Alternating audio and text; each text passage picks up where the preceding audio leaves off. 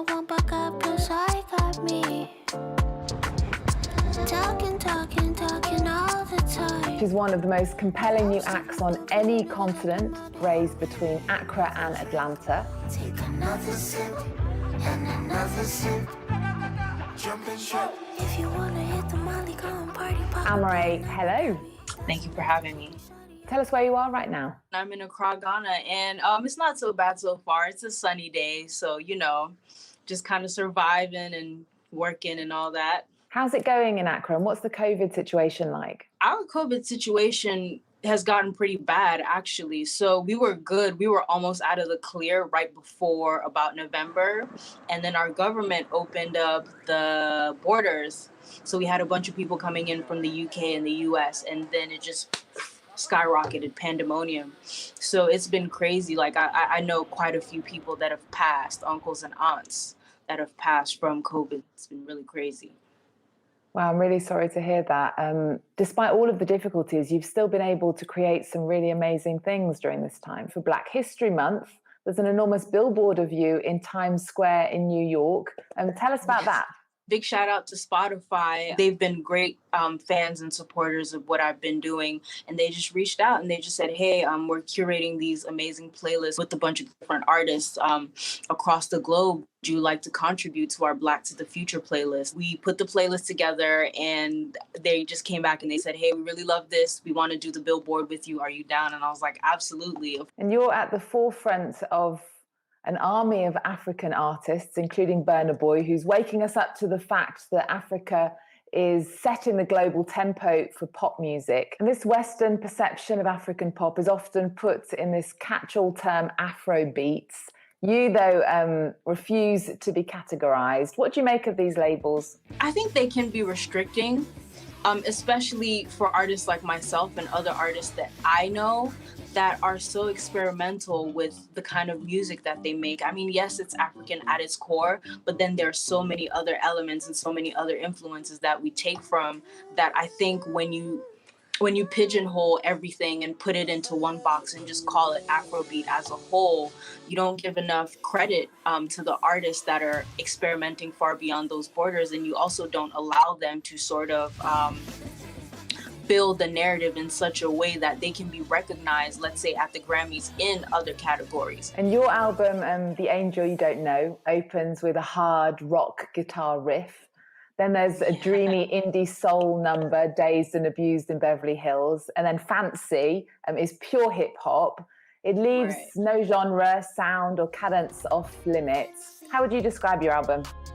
It's sort of like this fantasy representation of what the young African millennial and Generation Z is going through right now, which is this cultural renaissance and exploration of everything that the world has to offer.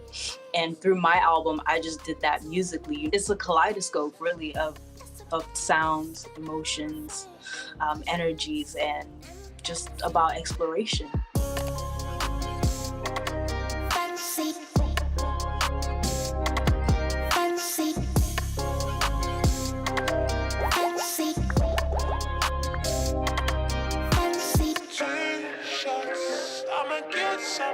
And The Angel You Don't Know is dedicated to those who don't meet society's narrow definitions of normality. In your lyrics, you challenge West African views as well on gender.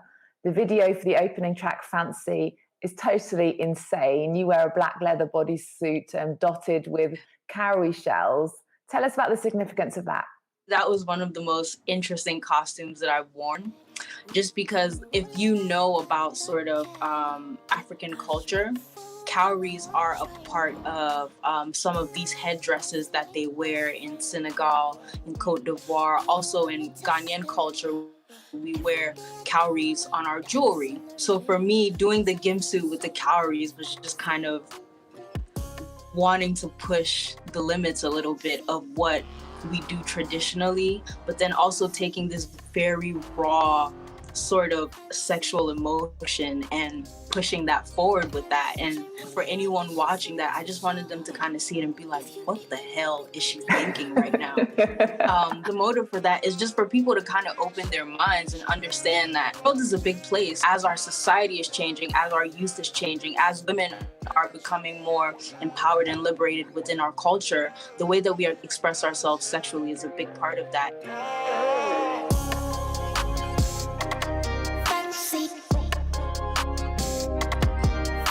Tracks such as Trust Fund Baby and Dazed and Abused in Beverly Hills are explicitly hedonistic, money hungry, and really sexually charged. What's the message behind that? Right now, when you think about the young African woman, we're at a place right now where we're so fearless about the things that we want, whether it's emotionally, whether it's sexually or physically, whether it's economically. We're demanding our place in the system. We're demanding our place in history. And records like Trust Fund Baby, they're the soundtrack to the energy that we feel right now. And I think it's less about being money hungry as opposed to just saying, yo, this is me. Like, I feel sexy. I feel like if you're messing with me, you need to treat this like it's a trust fund. You need to understand how powerful I am, how worthy I am.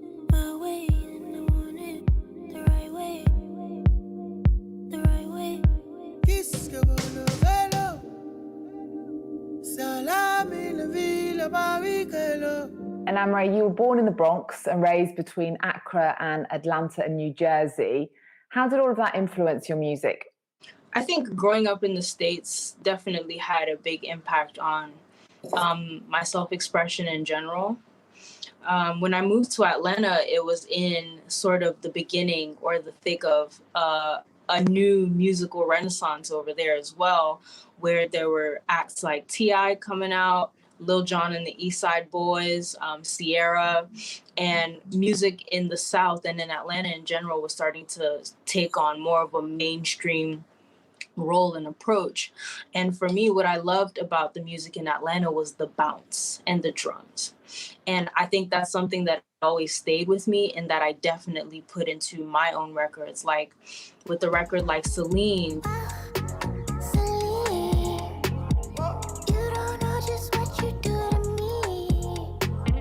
Same thing with Hell's Angel. Bitch, I'm in my bag on 10. I can't even like I bless. Rolls Royce windows tinted. I'm going down. And then growing up in New Jersey, I grew up in a very, very, very suburban middle class area where I think maybe 1 or 2% of the population was Black. So I grew up around a lot of kids that really enjoyed listening to like Britney Spears, Metro Station, Green Day, just kind of hearing all these different types of music from these kids also really informed records that you hear on the album.